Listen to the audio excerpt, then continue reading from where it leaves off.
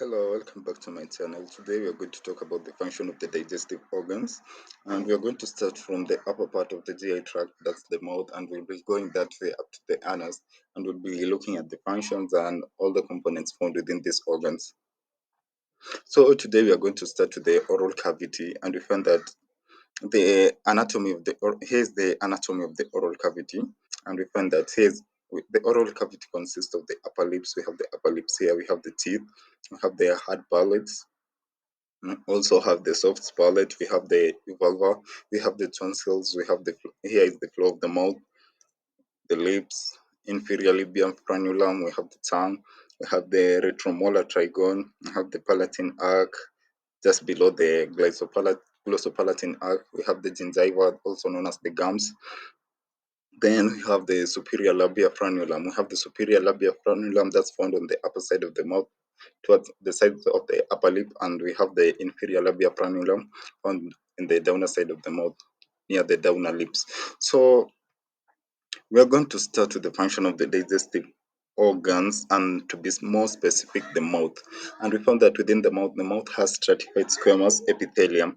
We found that what are the functions of the mouth? It helps in the ingestion of food, chewing and mixing of food, break begin the breakdown of carbohydrates, move the food into the pharynx, begin breakdown of lipid via lingual lipids. It also moistens food, dissolve food, allowing you to taste it, and also cleanse and lubricate the teeth and the oral cavity, and has some antimicrobial activity. That's the palatine tonsils.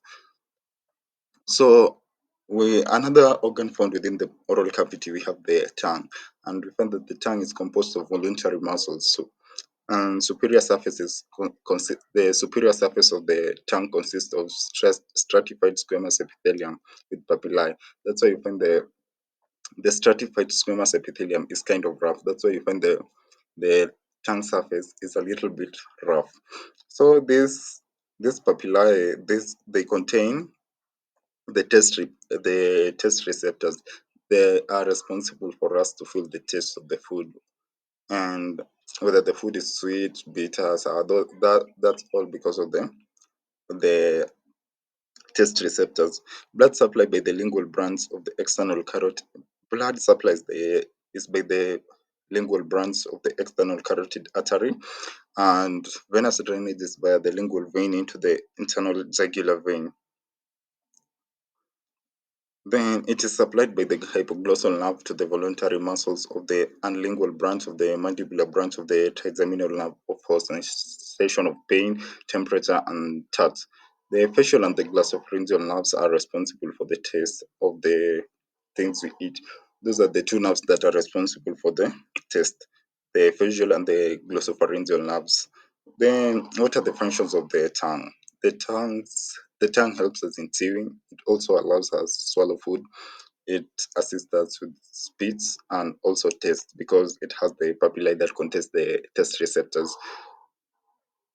Then within the oral cavity, we also have the salivary gland, and we have three salivary glands within the stomach. Within the oral cavity, we have the parotid gland, which is located on each side of the face and has an opening at the level of the second mole on the of the it has an opening at the level of the second upper molar tooth. Another salivary gland, that's the submandibular gland, which lies on each side of the face under the angle of the jaw. The ducts open at the floor of the mouth. Then we have the last one, that's the sublingual gland, which lies under the mucous membrane of the floor of the mouth it, in front of the submandibular glands. The ducts of the sublingual gland open in the floor of the mouth also, just like the submandibular. Then the blood supply is via the branches of the external carotid artery and drainage into the external jugular vein. Then we find what are the compositions of the saliva. Our saliva contains water. It contains mineral salt. It also contains the salivary amylase. It contains mucus and has antimicrobial substance. The immunoglobulin is found also within the saliva. Then secretion is controlled by the secretion is controlled by the autonomic nervous system.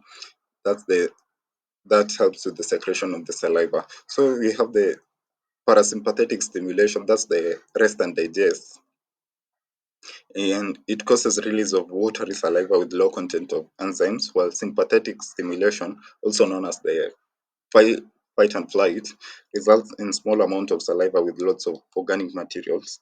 Unfortunately, I never managed to put the organic materials that are found within the saliva during the fight and flight response. The examples of the organic materials are the body secretions. For example, we have the urea, uric acid, and the creatinine. We also have the lipids within the saliva during during the sympathetic stimulation, and the lipids contain the cholesterol and the fatty acids. We also there's also more than 400 different types of protein produced in the saliva during this sympathetic stimulation. Those are among the substances that are being produced during the sympathetic stimulation. We also find that reflex secretion occurs when the food is introduced into the mouth. We are going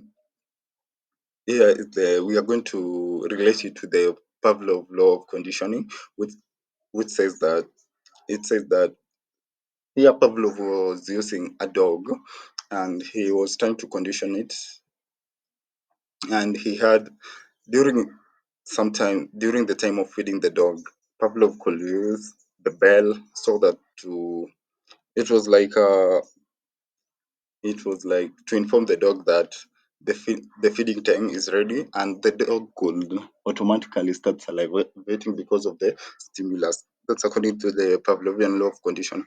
But today here we're talking about the anatomy. So we find that reflex secretion occurs when food is introduced into the mouth, and it can be conditioned to sight, smell, and thought of food. That's according to the Pavlovian law of conditioning.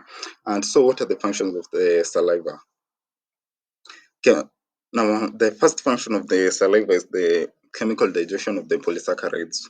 And the polysaccharides we have, that's the carbs, the carbohydrates. We have the optimal pH of 6.8 for action of the amylase. Strong acidic environment in the stomach degrades the amylase. That's why we find that in the stomach there is no digestion of the carbohydrates. That's because the amylase is deactivated by the acidic environment found within the stomach. While in the mouth, there isn't the acidic environment, which enables the carbohydrates to be broken down, to be chemically broken down within the mouth. Another function of the saliva is to lubricate the food. It also helps cleansing and lubrication of the tooth. It helps due to the presence of the papillae found in the mouth. With the aid of the facial nerve and the yeah, with the aid of the facial nerve, we find that we it enables us to taste food. The food is sweet, sour, or bitter. That's with the help of the papillae found within the tongue. Another function of the tongue is non-specific defense. It's the non-specific defense. So that's all I have for today in my presentation. If you found it to be helpful, make sure you like and subscribe. And if you feel like there's something we've left out, just put it in the comment section and I'll be able to look at it and give you a feedback. So let's meet in my next video that I'll be talking about the esophagus, and I'll be talking about the layers of esophagus, the function of the esophagus, and all other things including the esophagus. Let's meet in my next video.